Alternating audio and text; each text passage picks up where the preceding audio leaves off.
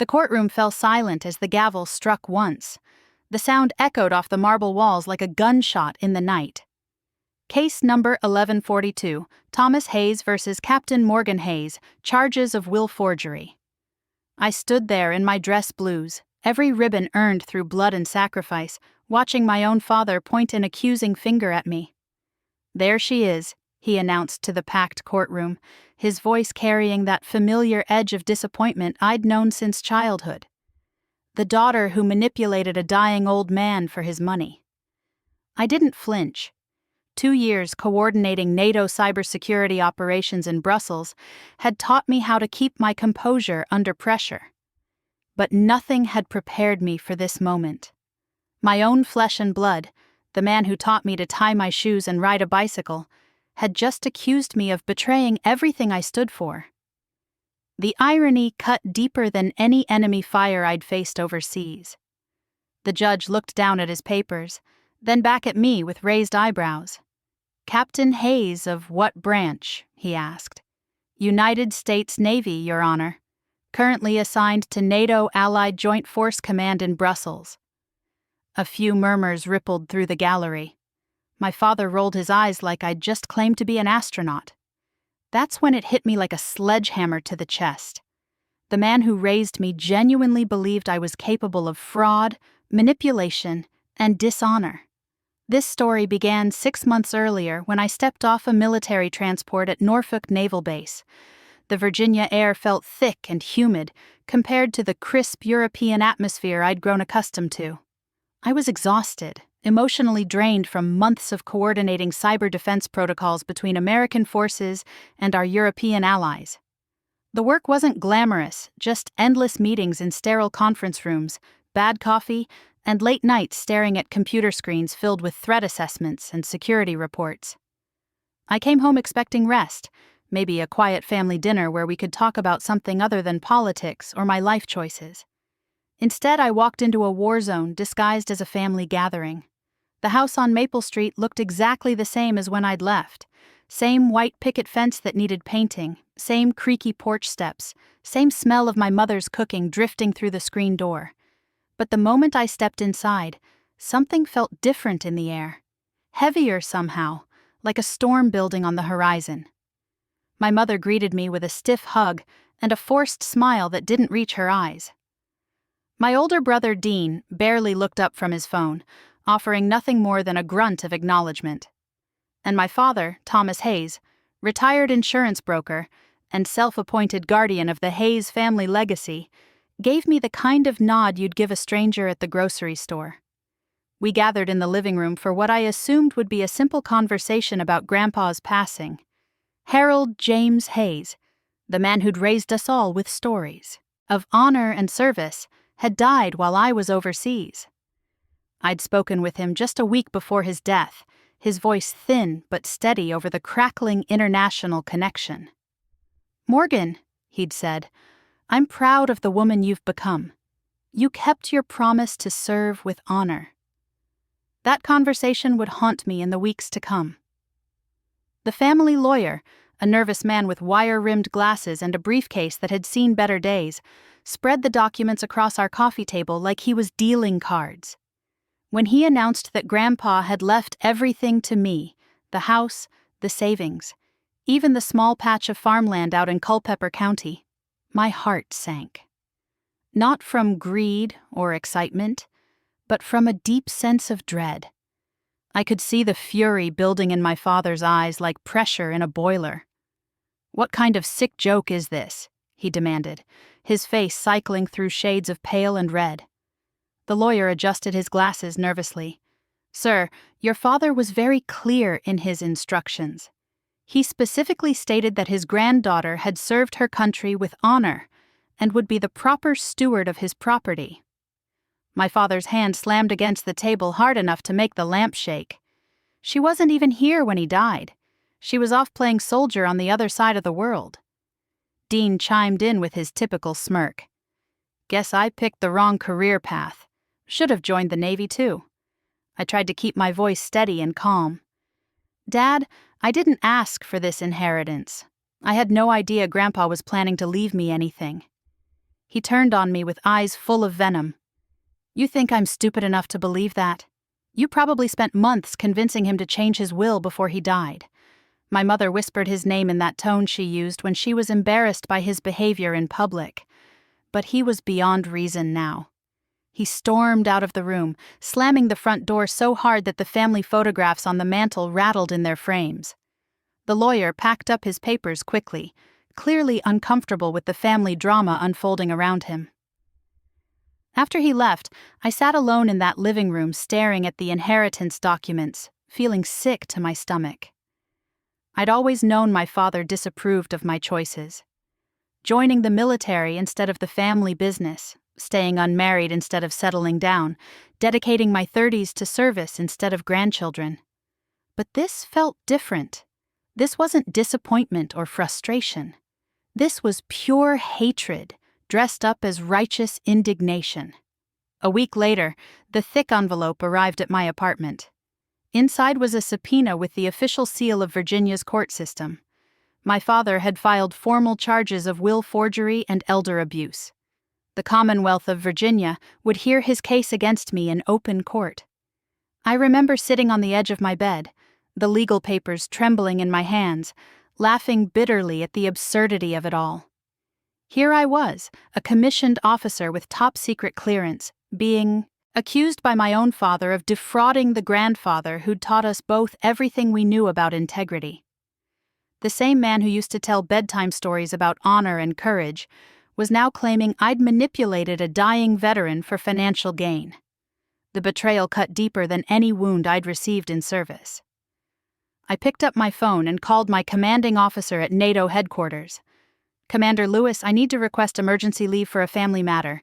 Is everything serious, Captain Hayes?" he asked with genuine concern in his voice. "Family legal issues, sir.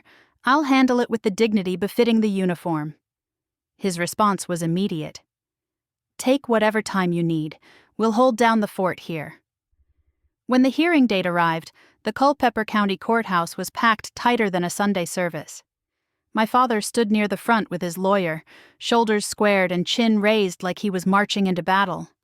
Dean flanked him, dressed like he was attending a business meeting rather than accusing his sister of felony fraud. My mother sat in the back row with red-rimmed eyes, clutching a handkerchief and avoiding eye contact with everyone. I entered through the side door wearing my dress blues, every ribbon and medal polished to mirror brightness. Not to intimidate anyone or make a statement, but to remind myself who I was beneath all this family chaos. The moment I stepped across the threshold, the courtroom fell silent. Even the judge paused mid-sentence when he saw my uniform, scanning his documents with renewed interest. The chatter stopped completely. People turned in their seats to stare at the woman they'd been reading about in the local newspaper. "Captain Hayes, NATO Command," the judge read aloud, his eyebrows raised in surprise. "That's correct, Your Honor." He exhaled slowly, clearly intrigued by this turn of events. "Very interesting indeed." My father groaned audibly from his seat. "Don't let that uniform fool you, Judge. She's always been a master manipulator, even as a child." The judge looked between us with an unreadable expression, studying both our faces carefully. "Well," he said quietly, "we'll determine soon enough who's attempting to manipulate whom in this courtroom." As the clerk called the first witness, my heartbeat slowed to a steady rhythm.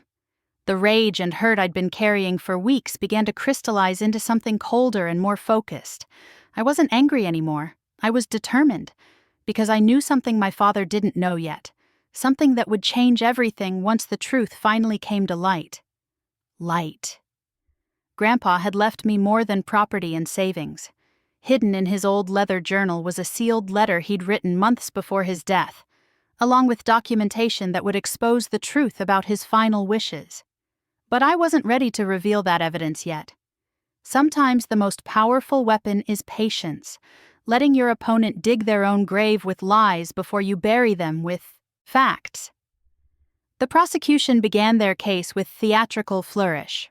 My father's lawyer, a slick-talking man named Clifford who wore his arrogance like expensive cologne, painted a picture of digital manipulation and long-distance fraud. "Ladies and gentlemen of the court," he announced, gesturing dramatically toward me. "This woman used her military connections and technical expertise to forge documents from thousands of miles away. She preyed upon an elderly veteran's failing health and manipulated him into changing his will through electronic means." The accusation hung in the air like smoke from a battlefield. Several jurors leaned forward, intrigued by the suggestion of high-tech deception. Clifford continued his performance, pulling out printed emails and digital timestamps that supposedly proved I'd been in contact with Grandpa's lawyer during the will modification. "Your Honor," he said, waving the papers like evidence of treason, "these communications show a clear pattern of influence and coercion." I sat perfectly still, hands folded in my lap, watching this elaborate fiction unfold. My military training had taught me that the best defense isn't always immediate counterattack. Sometimes you let the enemy exhaust their ammunition before revealing your superior position. Every lie they told was another nail in their coffin if I had the patience to let them finish hammering. My father took the witness stand with the confidence of a man who believed his own delusions. Under oath, he testified that I'd always been manipulative, even as a child. "She was cunning," he said, his voice carrying across the courtroom. "Always found ways to get what she wanted through deception rather than honest work. When she joined the Navy, I knew it was just another scheme to avoid real responsibility." The words stung, but I'd heard variations of them my entire life. What hurt more was watching my mother in the gallery, her face crumbling with each accusation he leveled against me. She knew the truth about our family dynamics, about his jealousy and resentment toward anyone who achieved something he hadn't. But she'd chosen silence over courage, loyalty to him over justice for me. Dean testified next, painting himself as the responsible son who'd stayed home while I gallivanted around the world in uniform. He claimed Grandpa had often expressed confusion about changing his will, suggesting that dementia had made him vulnerable to outside influence. It was a clever lie, designed to make the inheritance seem like exploitation rather than recognition of service. But Dean made a critical error during cross-examination. My lawyer, Commander Ross, asked him when he'd last spoken with Grandpa before his death. Dean claimed they'd talked regularly, that Grandpa had expressed doubts about leaving everything to me. Commander Ross then produced phone records showing Dean hadn't called Grandpa in over 6 months before his passing. The lie cracked his credibility wide open. The prosecution's star witness was supposed to be Dr. Patricia Manning, a geriatric psychiatrist who'd never met Grandpa, but was prepared to testify about the vulnerability of elderly patients to manipulation. But when Commander Ross asked her to review Grandpa's medical records, her testimony fell apart. The records showed a man in full possession of his mental faculties, someone who'd been making complex financial decisions right up until his death.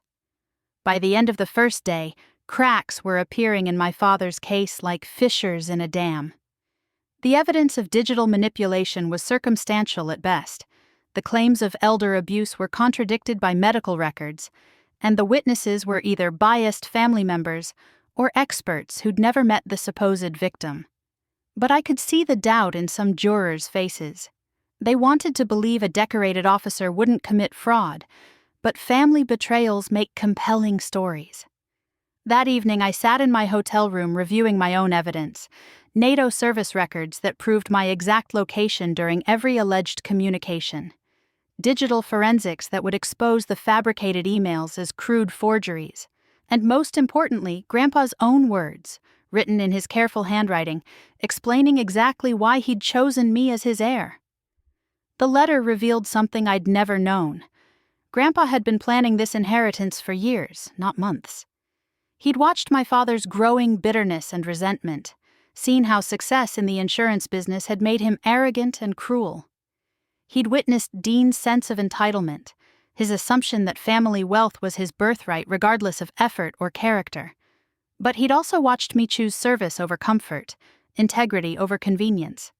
Every holiday I'd missed for deployment, every promotion I'd earned through merit rather than connections, every letter I'd sent from overseas bases had convinced him that I understood what the Hayes name should represent. Honor wasn't inherited, it was earned through daily choices to do what was right rather than what was easy. The letter also contained a devastating revelation about my father's business practices. Grandpa had discovered that Thomas Hayes Insurance had been systematically overcharging elderly clients, taking advantage of their trust and confusion to inflate premiums and deny legitimate claims. He'd confronted my father about these practices months before his death, threatening to report him to state regulators unless he changed his ways. My father's response had been typical. Instead of acknowledging wrongdoing, he'd accused Grandpa of senility and threatened to have him declared incompetent.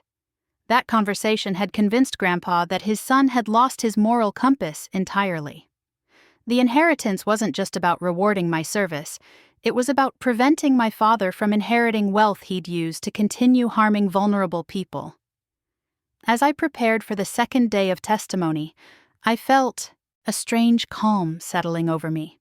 This wasn't just about clearing my name or keeping an inheritance I'd never wanted. This was about honoring the memory of a man who'd taught me that integrity mattered more than comfort, that service mattered more than success, and that family loyalty should never require betraying your principles. The prosecution would finish their case in the morning, confident they'd painted me as a scheming opportunist who'd exploited an elderly veteran's weakness. Then it would be my turn to present the truth, not just the technical evidence that would prove my innocence, but the human story that would explain why a grandfather chose his granddaughter over his son. I thought about Grandpa that night, remembering our last conversation before I deployed to Brussels. He'd been sitting on his porch in that old flannel shirt, hands trembling slightly, but eyes sharp as ever. "Morgan," he'd said, "you've got something your father never learned. You understand that respect is earned, not demanded. That's why you'll carry this family's honor when I'm gone." At the time, I'd thought he was just being sentimental. Now I understood he'd been preparing me for this moment, this test of character that would define not just my future, but the legacy of our family name. Tomorrow, the truth would finally speak for itself. The morning of the second day arrived with that peculiar stillness that precedes a storm. I woke before dawn in my hotel room, the kind of military habit that never leaves you no matter how many years pass. The shower water was lukewarm, the coffee bitter, but my mind was crystal clear. Today, the truth would finally have its day in court. I dressed with the same precision I'd learned at the Naval Academy. Every crease sharp, every button aligned, every ribbon positioned exactly where regulations demanded. The uniform wasn't just clothing anymore. It was armor forged from years of service, polished by integrity, and weighted with the trust of every sailor who'd ever saluted me. The courthouse steps were crowded again, reporters clustering like vultures around fresh roadkill. Cameras flashed as I walked past, but I kept my eyes forward, my stride steady. Inside, the courtroom hummed with nervous energy. My father sat at the plaintiff's table, whispering urgently with his lawyer. He looked tired, older somehow, like the effort of maintaining his righteous anger was finally wearing him down. Dean had positioned himself in the front row, playing the role of supportive brother for the cameras. But I caught him checking his phone constantly, probably monitoring social media coverage of the trial. Everything was performance with him, even family destruction. My mother remained in her usual spot in the back, clutching that same handkerchief, looking like she wished she could disappear entirely. Commander Ross, my defense attorney, had arrived early to organize our evidence. He was a quiet man, the kind who let facts speak louder, then rhetoric.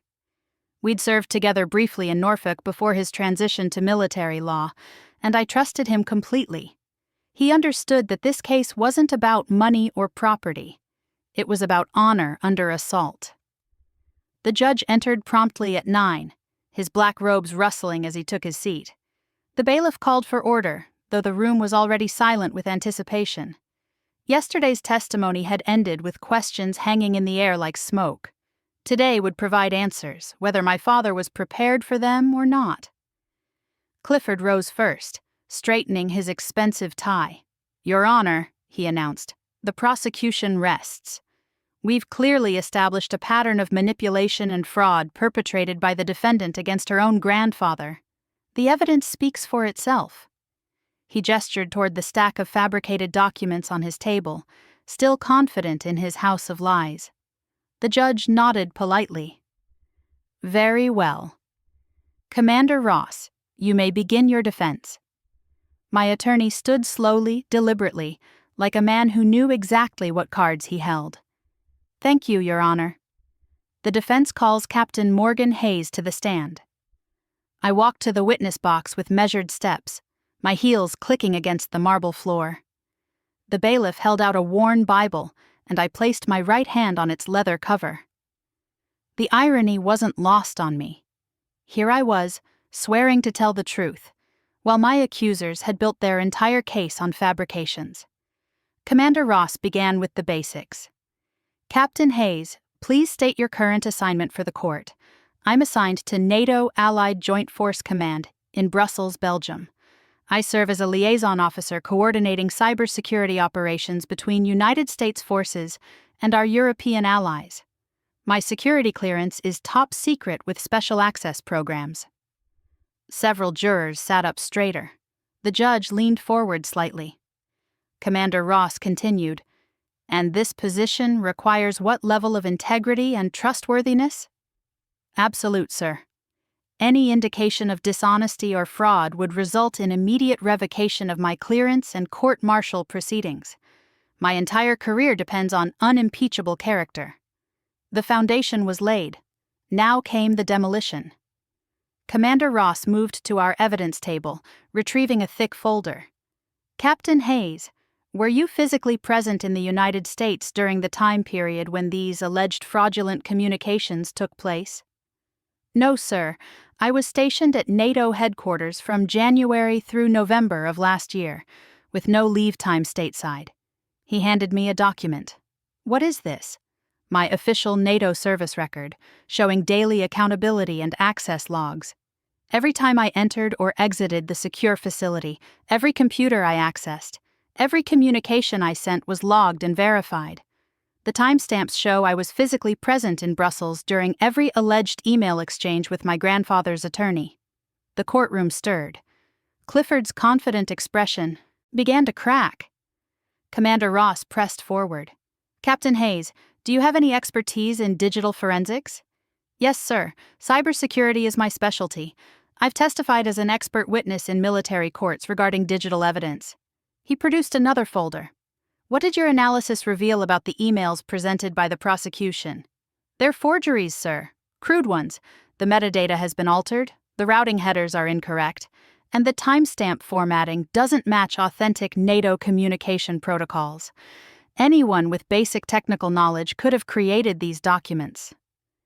My father shifted uncomfortably in his seat. Dean had stopped checking his phone. Even the reporters were taking notes furiously. The House of Lies was collapsing, beam by beam. But Commander Ross wasn't finished. Captain Hayes, did your grandfather leave you any personal communications before his death? Yes, sir.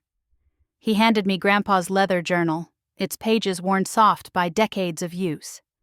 What is this, my grandfather's personal journal? He kept detailed records of family conversations and concerns. The entries span several years, including observations about family dynamics and his reasoning for the inheritance decision. I opened to a marked page, my grandfather's careful handwriting still clear despite his age. Would you read the entry dated 6 months before his death? I cleared my throat, emotion threatening to crack my voice. Thomas grows more bitter each year. His insurance business has made him callous toward the vulnerable. Dean expects inheritance without earning it. But Morgan serves with honor. She understands that respect is earned, not inherited. She will protect what I've built and use it wisely. The words hung in the courtroom like a judgment from beyond the grave. My father's face had gone pale. He whispered something to his lawyer, who shook his head grimly. The truth was finally speaking, and it had my grandfather's voice. Commander Ross continued the examination methodically. Captain Hayes, did you ever discuss the inheritance with your grandfather? Never, sir. I was completely surprised by the will reading. Our conversations focused on family news and my service assignments. He never mentioned changing his will or leaving me anything. Why do you believe he made this decision? Based on his journal entries and letters, he was concerned about preserving family honor. He'd witnessed questionable business practices and felt that someone with military training in integrity and accountability would be a better steward of his legacy.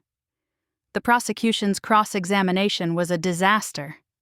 Clifford tried to suggest I'd forged the journal entries, but handwriting analysis had already confirmed their authenticity. He attempted to question my NATO records, but military documentation is nearly impossible to falsify. Every attack he mounted crumbled under scrutiny. Then Commander Ross called his surprise witness. The defense calls retired. Master Sergeant William Torres, United States Marine Corps. An elderly man in a pressed suit walked slowly to the witness stand, his back straight despite his age. He'd been Grandpa's closest friend for over 50 years, a relationship my father had never bothered to maintain. Master Sergeant Torres, were you present when Harold Hayes discussed his inheritance plans? Yes, sir. About a year before his death, Harold expressed concerns about his family. He was proud of Morgan's service, but worried about Thomas's business practices and Dean's sense of entitlement. What specifically did he say? That Morgan was the only one who understood honor wasn't something you inherited, but something you earned daily. He wanted someone with integrity to manage his estate and continue helping local veterans, which had always been important to him. The testimony continued for another hour, each answer driving another nail into the prosecution's coffin.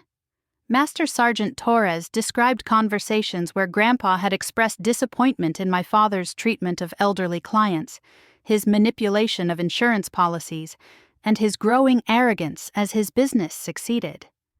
When the witness stepped down, the courtroom felt different. The energy had shifted completely. What began as a family betrayal had transformed into a story about integrity under fire, about a grandfather's wisdom in choosing character over blood relation. The closing arguments were almost anticlimactic. Clifford tried to salvage his case with emotional appeals about family loyalty and respect for elders, but his words rang hollow against the mountain of evidence we'd presented. Commander Ross simply summarized the facts. Fabricated emails, forged timestamps, and a clear pattern of false accusations against a decorated officer. Your Honor, he concluded, this case isn't about inheritance law. It's about a family's attempt to destroy the reputation of a woman who dedicated her life to serving her country. Captain Hayes didn't manipulate anyone. She simply lived with the integrity her grandfather admired, and her accusers lack. The judge called for a brief recess to review the evidence. During those 30 minutes, I sat quietly while chaos swirled around me. Reporters peppered my attorney with questions. Family members whispered among themselves. The tension was thick enough to cut with a knife. When court reconvened, the judge's expression was stern.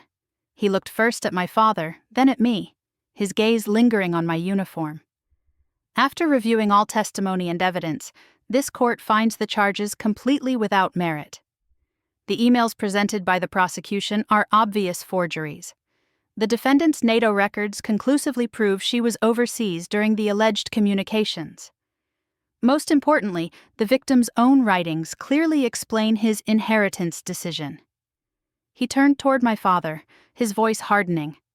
Mr. Hayes, you have wasted this court's time with false accusations against your own daughter. Your charges appear motivated by greed and resentment rather than genuine concern for justice. This case borders on malicious prosecution. The gavel fell like thunder. Case dismissed. All charges dropped. The courtroom erupted in whispers and movement, but I remained seated, feeling strangely empty. Victory didn't taste like I'd expected. It tasted like sadness for what our family had become. My father sat frozen at the plaintiff's table, staring at his hands. Dean had already bolted for the exit, probably planning damage control for his social media presence. My mother finally approached me, tears streaming down her cheeks. I'm sorry, she whispered. I should have stopped this before it started. I should have protected you. I hugged her gently. You don't have to choose sides, Mom. You just have to choose truth." She nodded, understanding finally dawning in her eyes. Outside the courthouse, reporters shouted questions about military justice, family betrayal, and inheritance disputes. I ignored them all, walking to my car with the same measured pace I'd maintained throughout this ordeal. The truth had spoken. Honor had prevailed. But the cost had been higher than any victory should require.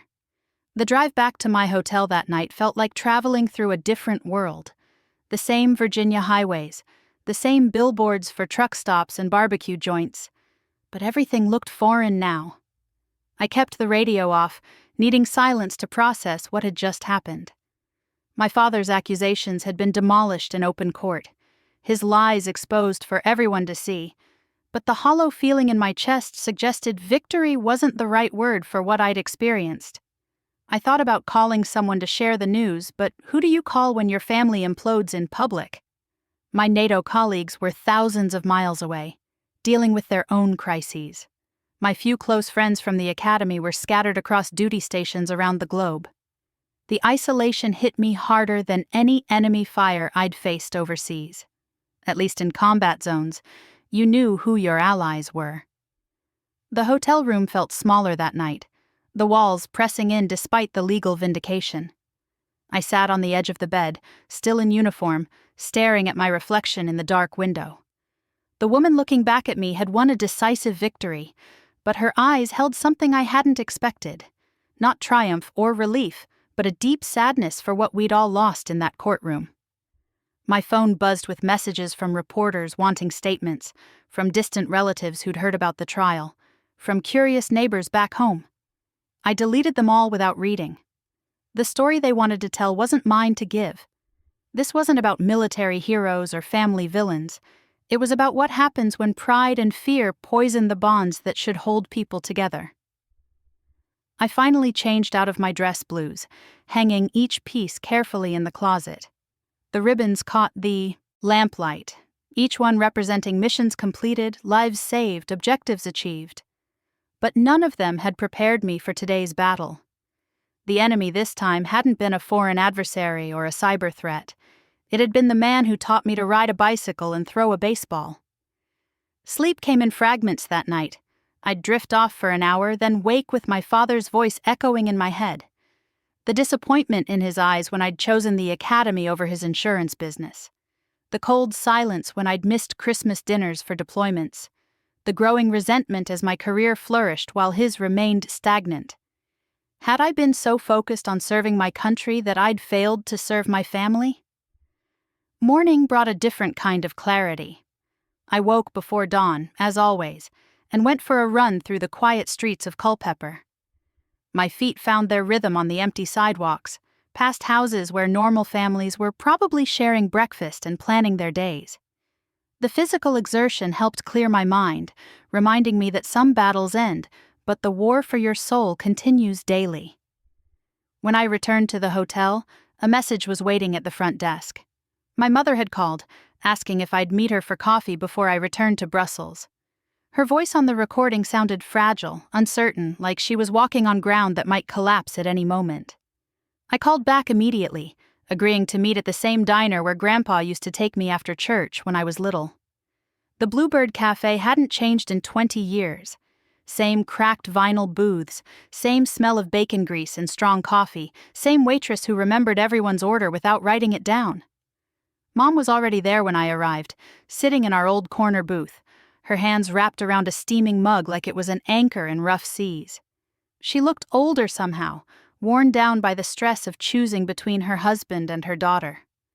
Her eyes were red-rimmed from crying, her usually perfect hair pulled back in a simple ponytail. When she saw me, she tried to smile, but it cracked halfway across her face like ice under pressure. We sat in silence for a while, both of us staring at our coffee cups instead of each other. The weight of unspoken words filled the space between us. Finally, she whispered, "I should have stopped him. I knew those emails were fake the moment he showed them to me. I knew you'd never do what he accused you of doing." The admission hung between us like smoke from a dying fire. I reached across the table and covered her hands with mine. Why didn't you speak up, Mom? All those months of preparation, all those nights he spent building his case against me. You could have ended it with one conversation. She looked up then, tears spilling over despite her efforts to contain them. Because I was scared. Scared of losing him, scared of being alone, scared of admitting I'd married a man capable of destroying his own daughter for money. Her voice broke on the last word, decades of suppressed truth finally finding air. I squeezed her hands gently. You haven't lost me, Mom. Not unless you choose to. She nodded, understanding the lifeline I was offering. For the first time in years, we talked without the careful diplomacy that had governed our relationship. She told me about the fights she'd had with Dad, the arguments that lasted until dawn about his treatment of me.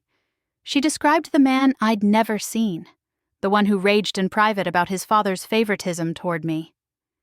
He used to be different, she said quietly. When we first married, when you and Dean were little, he had dreams bigger than insurance policies and profit margins. He wanted to build something meaningful, something that would make his father proud. But somewhere along the way, he started measuring success by bank balances instead of character. The conversation revealed layers of family dysfunction I'd never recognized. My father's business success had come at the cost of his integrity, charging elderly clients excessive premiums while denying legitimate claims. Grandpa had discovered these practices months before his death, confronting his son with evidence of systematic fraud. Instead of changing his ways, Dad had threatened to have Grandpa declared incompetent. That confrontation had sealed Grandpa's decision about the inheritance. He'd realized his son had lost his moral compass entirely, that wealth in Thomas Hayes's hands would only enable more harm to vulnerable people. The will wasn't just about rewarding my service. It was about preventing my father from inheriting resources he'd used to continue exploiting others. Mom's revelations painted a picture I'd never imagined. While I'd been serving overseas, proud of my family's sacrifice for my career, a different war had been raging at home. My father's jealousy and resentment had poisoned everything, turning family dinners into battlegrounds and holidays into endurance tests. My absence had made everything worse, giving him space to build elaborate fantasies about my manipulation and schemes. He convinced himself you were working against him, Mom explained. Every promotion, every assignment, every letter from Grandpa praising your service became evidence in his mind that you were stealing the love and respect he thought he deserved. The tragedy was breathtaking in its scope. A man so consumed by envy that he'd destroyed his own family to feed it. We talked for 3 hours, working through decades of misunderstanding and suppressed conflict. By the time we left the diner, something had shifted between us. Not forgiveness exactly, but understanding. She couldn't undo the damage her silence had caused, but she could choose differently going forward. Sometimes that's all family can offer each other, the promise to do better next time. The drive to the airport felt different than my arrival a week earlier. I wasn't running toward anything, or away from anything. I was simply returning to work, carrying new knowledge about the price of success and the weight of family loyalty. The inheritance would be processed, the property transferred, the legal victory recorded in court documents. But the real resolution would take much longer. At Norfolk International, I checked in for my flight back to Brussels with mechanical precision. The terminal buzzed with travelers heading to business meetings and family reunions, people whose biggest concerns were flight delays and baggage fees. I envied their simple problems, their uncomplicated relationships with the people who shared their names. My phone rang as I waited at the gate. Commander Lewis from NATO headquarters, checking on my status. Hayes, how did the family matter resolve itself? His voice carried genuine concern, the kind senior officers reserve for subordinates they trust completely. Satisfactorily, sir. All charges were dropped. I'll be back on duty tomorrow morning. There was a pause, then he continued more personally. These things never really end, do they? Family conflicts have a way of echoing through the years. His insight surprised me. I'd always seen him as purely professional, focused on mission objectives and operational requirements. No, sir, they don't. But sometimes you have to let the echo fade on its own. The flight to Brussels gave me 8 hours to think about what came next. The inheritance included more than property and savings. Grandpa had established a small foundation to help local veterans with housing and healthcare needs, something my father had planned to dissolve for cash. Now that responsibility fell to me, adding another layer to my already complex duties. I spent the crossing time drafting plans for the foundation's future, researching veteran services programs, and calculating how Grandpa's resources could make the biggest impact.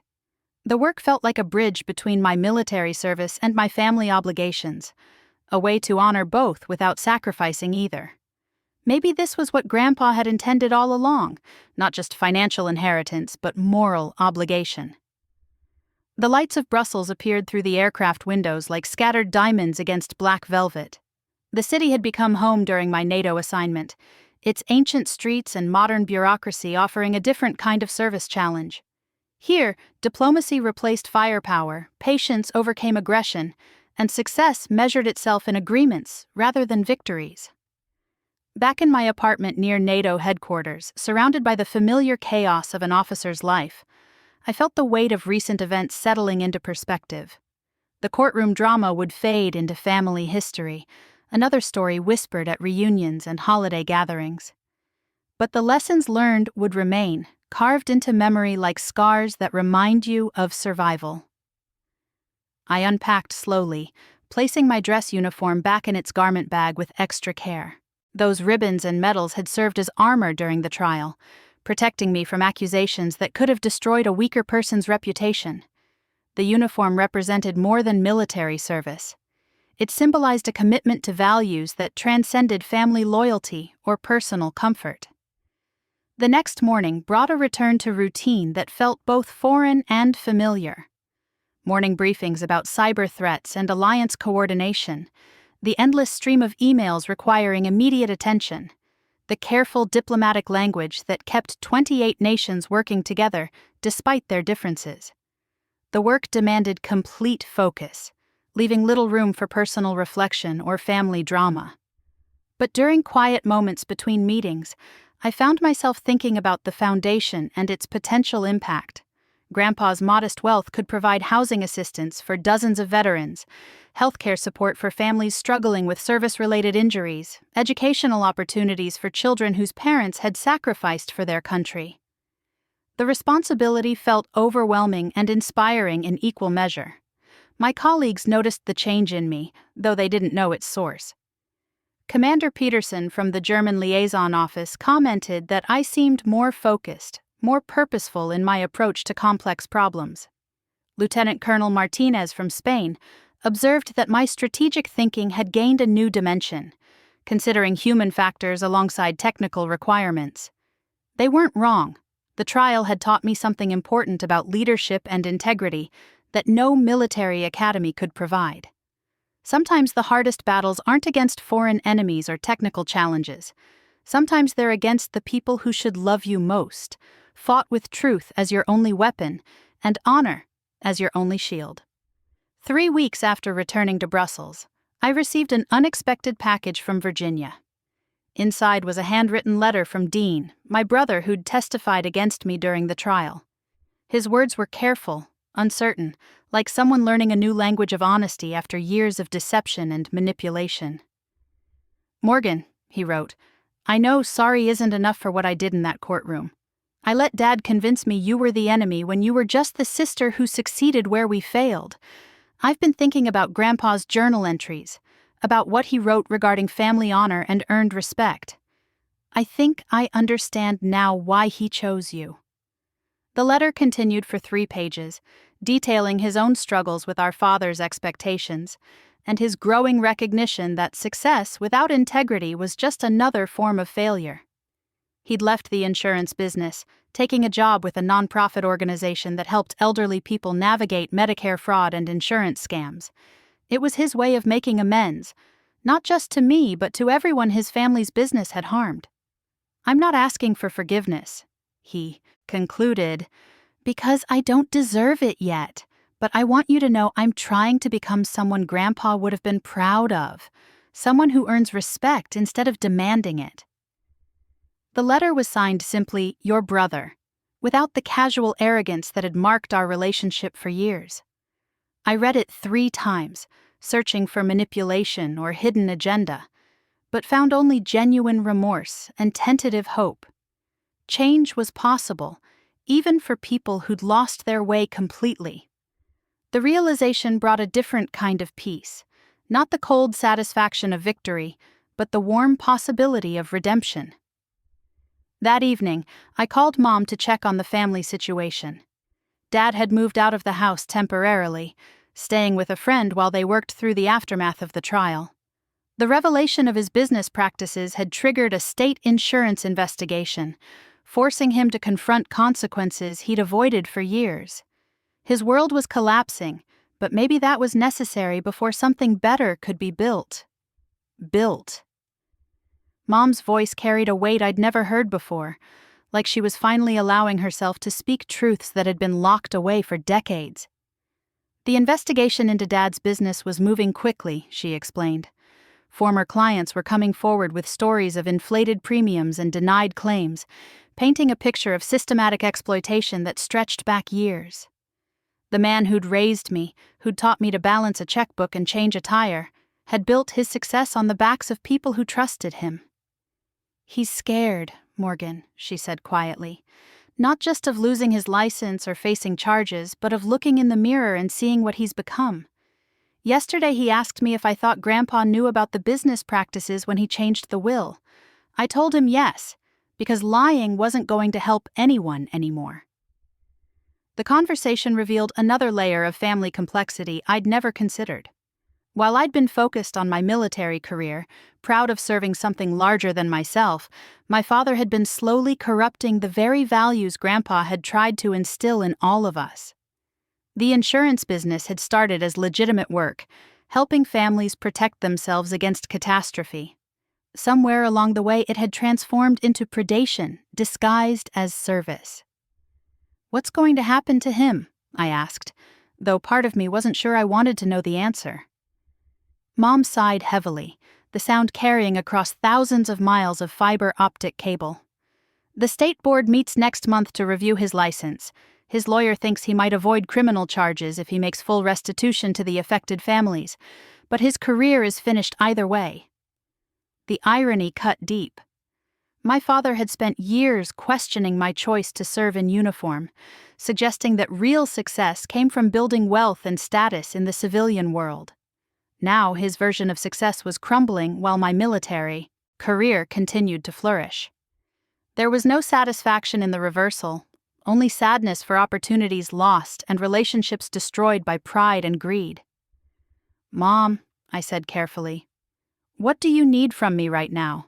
Not as a daughter seeking approval, but as someone who wants to help you through this." The question seemed to surprise her. For a long moment, she didn't respond. Then, in a voice barely above a whisper, she said, "I need to know that forgiveness is possible, not just from you, but from everyone we've hurt." Her vulnerability struck me harder than any accusation or legal document ever could. Here was a woman who'd spent decades enabling destructive behavior, choosing comfort over courage, silence over truth. But she was also a mother trying to salvage something meaningful from the wreckage of her family. The choice between justice and mercy wasn't as clear as military doctrine made it seem. "Forgiveness doesn't mean forgetting," I told her. "It doesn't mean pretending the harm never happened or that consequences don't matter, but it does mean choosing to build something new instead of staying trapped in what was broken." The words surprised me as I spoke them. Military training had taught me to identify threats and neutralize them, but this situation required different skills entirely. Over the following weeks, I found myself thinking about leadership in ways the Academy had never addressed. Command structures and mission objectives were straightforward compared to family dynamics and moral complexity. How do you lead people who've lost their way without becoming complicit in their failures? How do you maintain integrity while extending grace to those who've betrayed it? The foundation work provided some answers. Using Grandpa's resources to help struggling veterans required both strategic thinking and compassionate judgment. Each application for assistance told a story of service and sacrifice, but also of systems that had failed people who'd given everything for their country. The work reminded me daily that honor wasn't just about personal conduct, but about creating structures that lifted others instead of exploiting them. I established new protocols for the Foundation's operations, ensuring transparency and accountability that would prevent the kind of corruption that had destroyed my father's business. Every decision was documented, every expenditure tracked, every beneficiary treated with the respect they'd earned through service. The Foundation became a living example of what Grandpa had tried to teach us, that wealth without wisdom was worthless, that power without principle was poison. The NATO assignment continued to challenge me in different ways. Coordinating cybersecurity between 28 nations required diplomatic skills I'd never needed as a junior officer. Each country brought its own priorities and concerns, its own definition of acceptable risk and necessary protection. Success meant finding common ground among people who shared few assumptions about anything except the need to defend against common threats. During one particularly contentious meeting about information sharing protocols, I found myself drawing on lessons learned from the trial. The German representative was convinced that American intelligence services couldn't be trusted with sensitive data, while the Polish delegation insisted that full transparency was essential for effective defense. Both sides had valid concerns based on their historical experiences and current political pressures. Instead of choosing sides or forcing compromise, I suggested a framework that addressed underlying fears while maintaining operational effectiveness. The solution required each nation to maintain control over its most sensitive information while sharing threat indicators and defensive strategies. It wasn't perfect, but it allowed progress without requiring anyone to abandon their core principles. After the meeting, Commander Peterson approached me privately. "That was masterful diplomacy, Hayes. Where did you learn to navigate competing interests so effectively?" I thought about the question for a moment before responding. "Family dinner table, sir. Sometimes the most contentious negotiations happen between people who share the same name." He laughed, but there was truth in the observation. Military service had taught me tactics and strategy, but family conflict had taught me something equally valuable about human nature and the price of broken trust. People fight hardest when they feel their fundamental identity is under attack. The key to resolution isn't defeating the opposition, but helping everyone find a path forward that preserves their essential dignity. The work began to feel like a bridge between my military service and my family obligations. Each successful negotiation at NATO headquarters reminded me that even the most damaged relationships could be repaired if both sides chose healing over victory. Each veteran helped through the Foundation demonstrated that service to country extended far beyond active duty obligations. 3 months after returning to Brussels, I received a call that would complete the circle of this story. My father's voice on the other end was different, smaller somehow, stripped of the arrogance that had defined our relationship for decades. He'd lost his insurance license, faced hefty fines, but avoided criminal charges by making full restitution to the families he'd wronged. More importantly, he'd found something he'd lost years ago: his conscience. "I called to apologize," he said simply, "not because I want something or because someone told me to, but because you deserved better from me. You always did." The words hung between us across the Atlantic, carrying more weight than any legal verdict ever could. We talked for an hour, not as adversaries or even as family, but as two people trying to understand how honor survives when everything else falls apart. That conversation taught me the final lesson Grandpa had been trying to share. Service isn't just about wearing a uniform or following orders. It's about choosing integrity when it costs you everything, standing for truth when your own blood turns against you, and believing that redemption is possible even for those who've lost their way completely. Today, The foundation continues Grandpa's work, helping veterans rebuild their lives with the same dignity they brought to their service. My father volunteers there now, using his business skills to help people instead of exploiting them. It's not about erasing the past, but about proving that change is possible when you finally choose courage over comfort. If this story taught you something about the price of honor or the power of forgiveness, share it with someone who needs to remember that integrity isn't inherited. It's earned daily through choices that define who we become when nobody's watching.